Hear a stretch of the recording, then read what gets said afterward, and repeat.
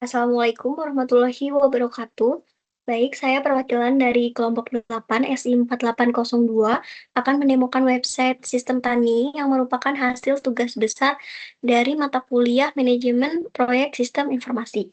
Nah, Sistem Tani ini sendiri merupakan sebuah aplikasi web berbasis GIS yang dirancang untuk membantu petani dalam mengelola data lahan dan komoditas pertanian secara digital. Nah, aplikasi ini digunakan oleh 3 peran, yaitu petani yang dapat mencatat informasi lahan, memantau aktivitas budidaya mulai dari penanaman hingga panen, serta melihat visualisasi lahan dalam bentuk peta yang interaktif. Kemudian, website ini juga dapat digunakan oleh distributor untuk memantau persebaran komoditas dan oleh admin untuk mengelola data pengguna sistem. Nah, selanjutnya di sini saya akan mencoba untuk login sebagai petani terlebih dahulu. Nah, di sini memasukkan email, misalnya muhammadfajri@gmail.com dan juga passwordnya.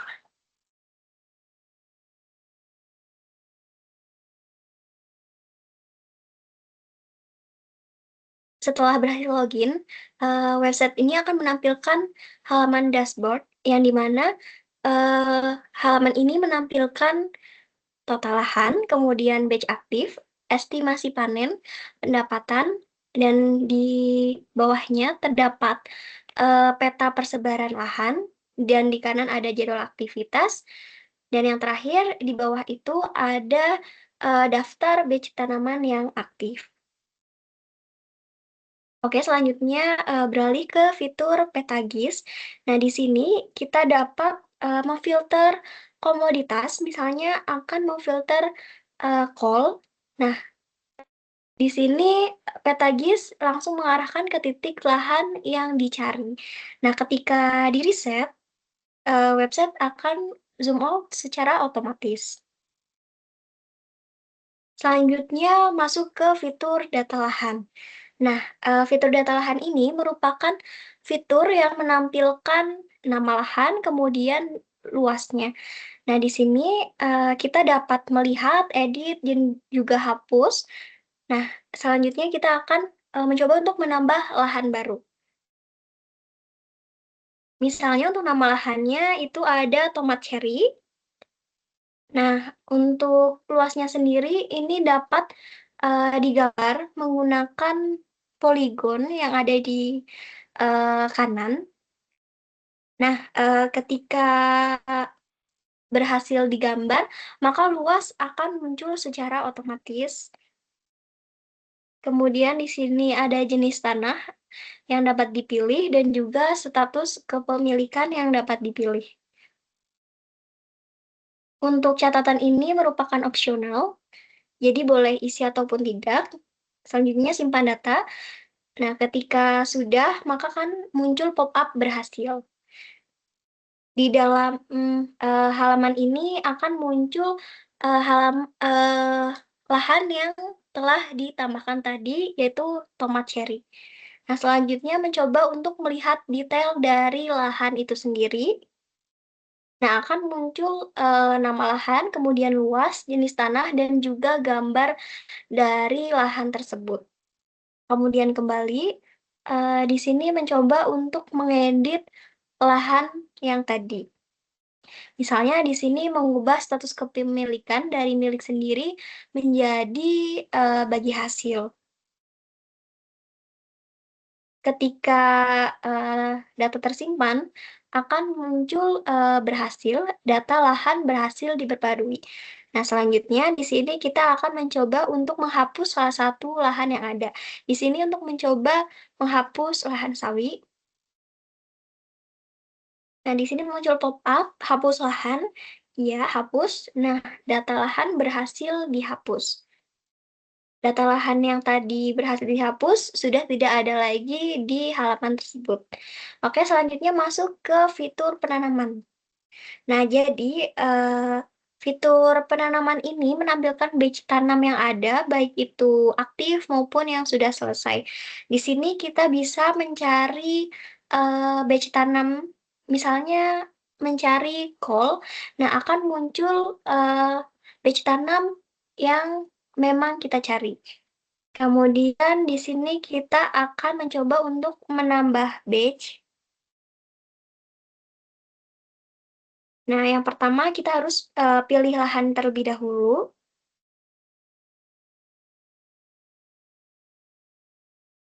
Misalnya tomat cherry, kemudian komoditasnya,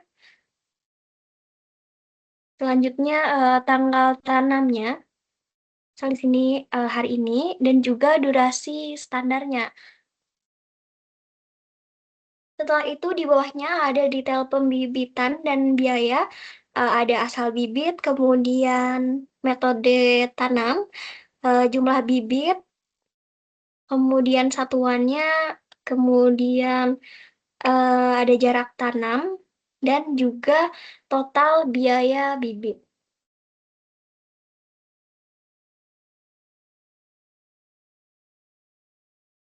Kemudian simpan batch, nanti muncul pop-up berhasil, proses penanaman baru berhasil dimulai. Oke, nah di sini tomat cherry sudah muncul dan statusnya adalah aktif. Nah, selanjutnya kita akan mencoba untuk melihat detail dari batch tanam yang telah ditambahkan tadi. Di sini muncul detail-detailnya, ada estimasi panen, kemudian umur saat ini, jumlah bibit, dan juga rincian biaya modal. Nah, di kanannya juga ada timeline kegiatan terbaru. Nah, kembali, selanjutnya kita mencoba untuk mengedit salah satu batch tanam. Nah, di sini mencoba untuk mengedit metode tanam dari yang semula biji langsung menjadi pindah tanam. Nah, oke, selanjutnya disimpan. Nah, maka data penanaman berhasil diperbarui. Nah, di sini mencoba untuk menghapus salah satu batch tanam. Nah, ketika klik ya hapus, maka muncul pop-up berhasil dihapus. Baik, selanjutnya di sini ada fitur kalender jadwal yang dimana menampilkan aktivitas dari perawatan tanaman. Nah, di sini ada detailnya, ada hijau untuk pemupukan, merah untuk hama, biru untuk irigasi, dan kuning untuk panen. Nah, di sini kita juga bisa melihat secara bulanan, mingguan, maupun dalam bentuk list. Oke, selanjutnya di sini masuk ke fitur pengairan dan irigasi.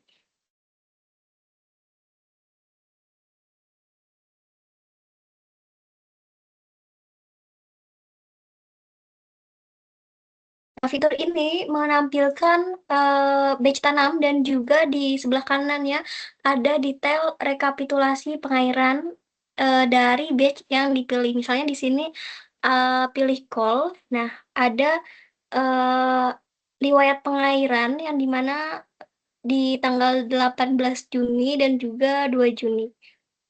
Nah, setelah itu eh, kita dapat mencatat pengairan,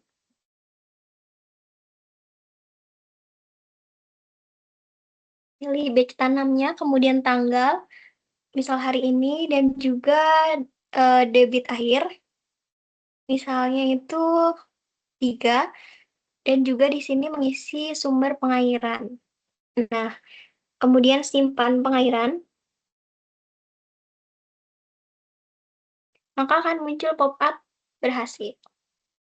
Oke, selanjutnya mencoba untuk mengedit dari pengairan.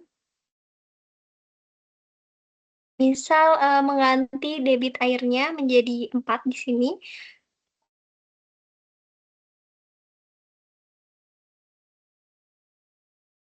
Nah, simpan pengairan. Nah, maka data pengairan berhasil diperbarui. Oke, selanjutnya mencoba menghapus pengairan.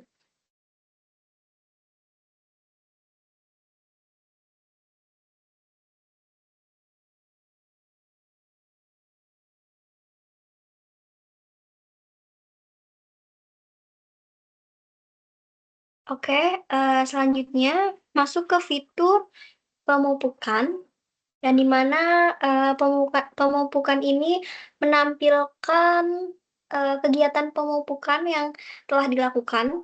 Di sini menampilkan, di kanan menampilkan detail pemupukan yang telah dilakukan untuk satu batch tanam. Misalnya di sini itu ada call, nah terjadi 2 kali pemupukan. Nah, di atasnya juga tertera total biaya pupuk dan jumlah pemupukannya. Selanjutnya di sini kita mencoba untuk catat pemupukan.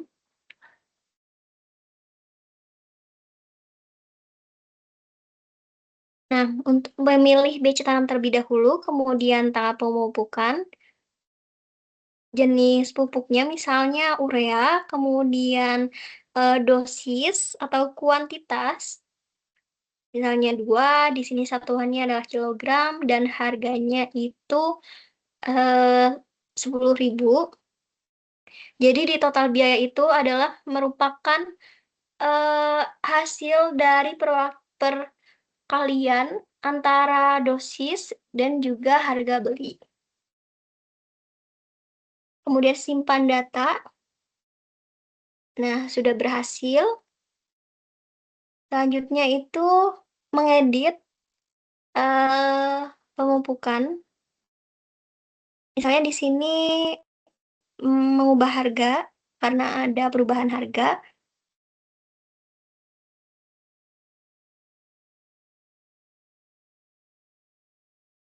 Simpan data dan berhasil diperbarui.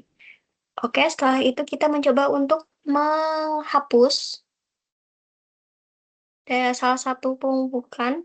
Nah, ketika diklik ya hapus, maka data pemupukan yang telah dihapus sudah tidak ada lagi. Oke, selanjutnya beralih ke fitur pengendalian hama. Nah, di sini menampilkan detail dari pengendalian hama yang telah dilakukan untuk suatu batch tanam. Nah, di sini misalnya ada call. Nah, di sini kita juga bisa memfilter berat, sedang, ataupun ringan. Nah, ketika klik, maka akan muncul kegiatan pengendalian hama yang telah diklik. Misalnya di sini ringan. Oke, setelah itu kita mencoba untuk mencatat pengendalian hama. Nah, di sini mengisi batch tanam, kemudian tanggal, kemudian jenis hama, misalnya warna coklat, kemudian tingkat keparahan, di sini misalnya ringan, dan juga metode pengendalian, misalnya pestisida kimia. Nah, selain itu di sini juga ada detail bahan dan biaya. Untuk bahan pengendalian semprotan, dosisnya itu 2, satuannya buah, dan harganya itu misal 20.000 per dosis. Nah, jadi totalnya 40.000. Kemudian simpen. Nah, berhasil dicatat. Nah, jadi di sini sudah berhasil ditampilkan. Kemudian mencoba untuk mengedit. Misalnya di sini mengedit harga.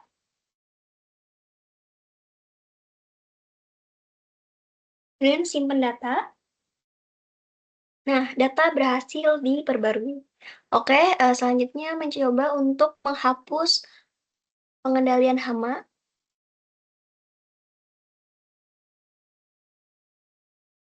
Nah, data pengendalian hama berhasil dihapus.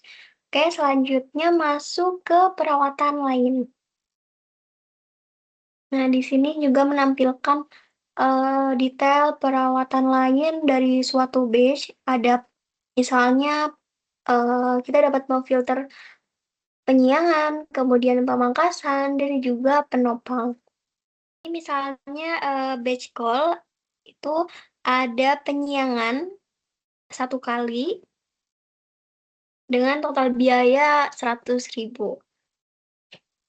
Oke, selanjutnya kita mencoba untuk menambah perawatan. untuk tomat cherry, kemudian jenis kegiatannya itu pemangkasan, deskripsi singkat, mangkas, jumlah jamnya itu 2, dan harga per jamnya itu 15.000. Oke, simpan data, maka data berhasil dicatat. Nah, terlihat di sini sudah ada perawatan lain dari batch tomat cherry, yaitu pemangkasan. Selanjutnya kita mencoba untuk mengedit. Nah, di sini mengedit jumlah jamnya, misalnya menjadi 2,5 jam. Nah, jadi di sini total biayanya pun akan berubah. Ketika simpan data, maka data berhasil diperbarui. Nah, di sini sudah berhasil diperbarui menjadi 37.500, dan sekarang kita mencoba untuk menghapus data.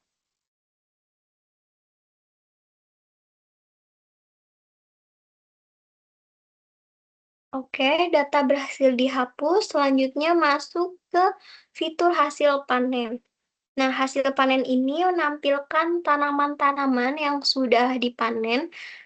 Seperti ini, contohnya ada tomat dengan detail panennya seperti grade-nya, kemudian jumlah panen, umur panen, komoditas, dan detail-detail lainnya.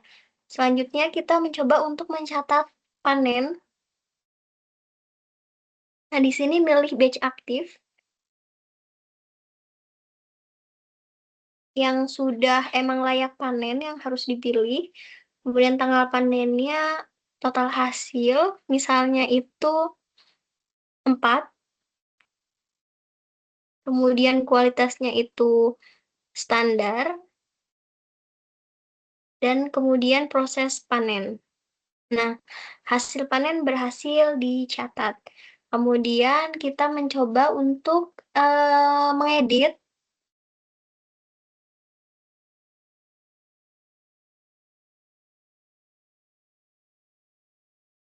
Mengedit total hasil menjadi 5. Nah, data panen berhasil diperbarui. Selanjutnya kita mencoba untuk menginput penjualan. Nah, di sini kita dapat memilih stok panen. Ini ada detail sisa stoknya juga, kemudian tanggal jual, nama pembelinya misal Sumber Tani, kemudian jumlah jualnya 3 kilo, dan harga per kilonya adalah 15.000. Nah, kemudian simpan transaksi, maka transaksi penjualan berhasil. Oke, di sini kita juga bisa mencetak. Nah, ketika diklik, maka akan langsung direct ke halaman lain. Nah, di sini juga kita bisa mendownload dalam bentuk PDF. Oke, selanjutnya di sini ada fitur penjualan yang dimana di sini akan tertampil total pendapatan, kemudian total transaksi, dan juga komoditas terlaris. Nah, untuk catat penjualan ini itu sama seperti yang telah dilakukan sebelumnya. Kemudian untuk cetak juga sama seperti yang telah dilakukan sebelumnya. Oke, selanjutnya di sini eh, masuk ke laporan. Nah, di sini itu ada total pendapatan, kemudian total operasional, dan juga laba bersih keseluruhan. Untuk laba bersih keseluruhan ini merupakan hasil pengurangan dari total pendapatan dengan total biaya operasional. Untuk di bawahnya sendiri ada grafik pendapatan versus biaya. Kemudian di bawahnya lagi ada grafik evaluasi akurasi, prediksi versus hasil panen aktual. Yang dimana abu-abu itu prediksi produksi dan kuning adalah hasil panen sebenarnya. Oke, di bawahnya itu ada komposisi biaya operasional, ungu untuk pembibitan, hitam untuk mengumpulkan, hijau untuk pengendalian hama, dan kuning untuk perawatan lain. Nah, di sebelah kanannya ada top 3 batch terprofitable. Jadi, di sini akan muncul 3 batch yang paling menguntungkan. Oke, mungkin dari sisi petani sudah cukup. Selanjutnya, mencoba untuk login dari sisi distributor. Di sini memasukkan emailnya dan juga password.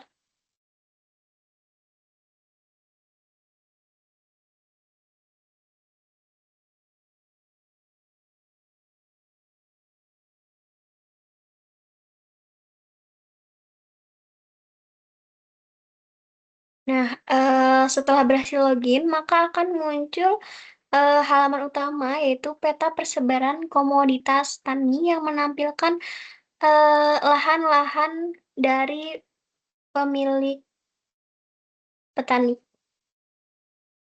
Nah, di sini kita dapat uh, memfilter nama komoditas dan juga luas minimalnya. Nah, ketika kita memilih nama komoditas, akan langsung zoom in ke lahan yang memang dicari.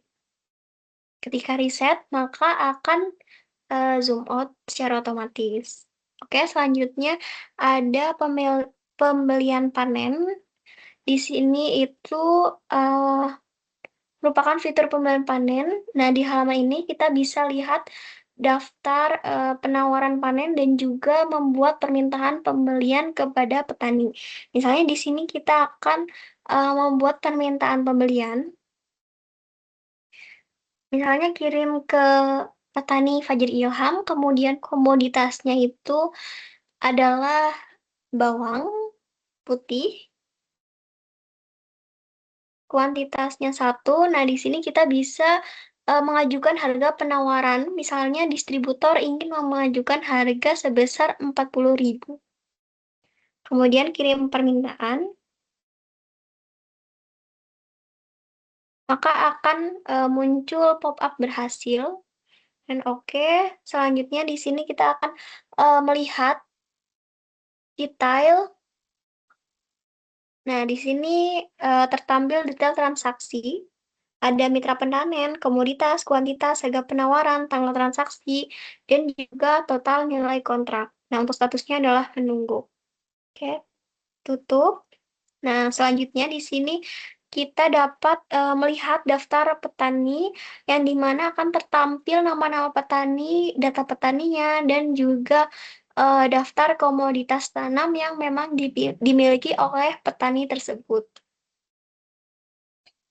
Oke, untuk distributor sudah selesai. Selanjutnya masuk ke admin yang memasukkan email dan juga passwordnya terlebih dahulu.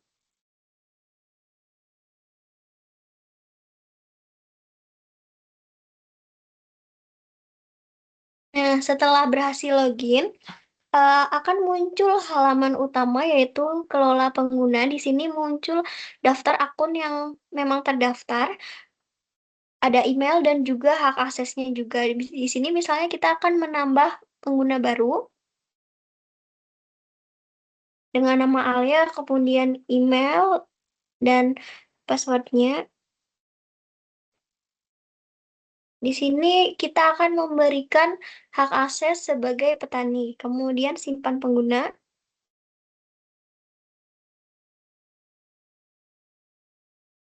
Nah, nama alias sudah muncul. Jadi di sini kita akan mengedit, misalnya mengedit emailnya.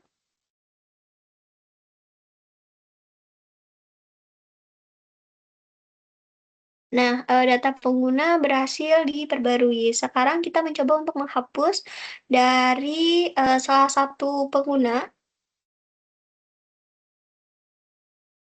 Nah, ketika dihapus, akan muncul pop-up berhasil dan yang sudah dihapus tidak lagi muncul di layar. Selanjutnya yang terakhir ada backup data, yang mana ketika diklik akan langsung mendownload data dari sistem Tani.